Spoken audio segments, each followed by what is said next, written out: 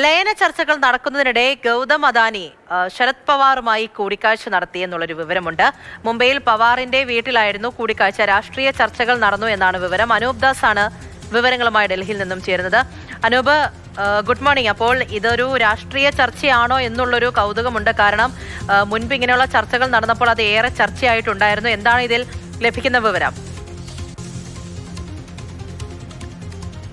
Good morning പൂജ.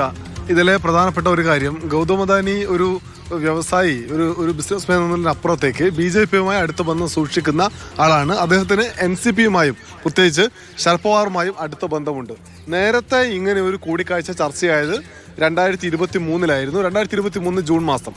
അന്ന് ഗൗതം അദാനി ശരത് പവാറുമായി കണ്ട് കൂടിക്കാഴ്ച നടത്തി ദിവസങ്ങൾക്ക് ശേഷമാണ് അജിത് പവാർ ഒരു കൂട്ടം MLAമാരുമായി BJP പക്ഷത്തേക്ക് പോയത്. അതുകൊണ്ട് തന്നെ ഇപ്പോൾ ഈ ചർച്ച സജീവമായി മാധ്യമങ്ങളിൽ ഇടം പിടിക്കുകയാണ്, രാഷ്ട്രീയ കേന്ദ്രങ്ങളിൽ ചർച്ചയാവുകയാണ്. കാരണം ഇപ്പോൾ NCP രണ്ട് വിഭാഗവും ഒരുമിക്കാനുള്ള ഒരു ധാരണയിലേക്ക് എത്തി നിൽക്കുകയായിരുന്നു. ആ ഘട്ടത്തിലാണ് അജിത് പവാർ മരണപ്പെട്ടത്.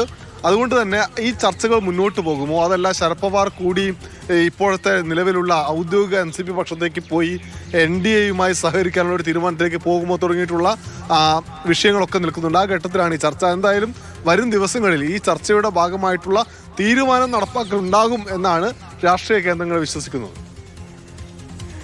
ശരി.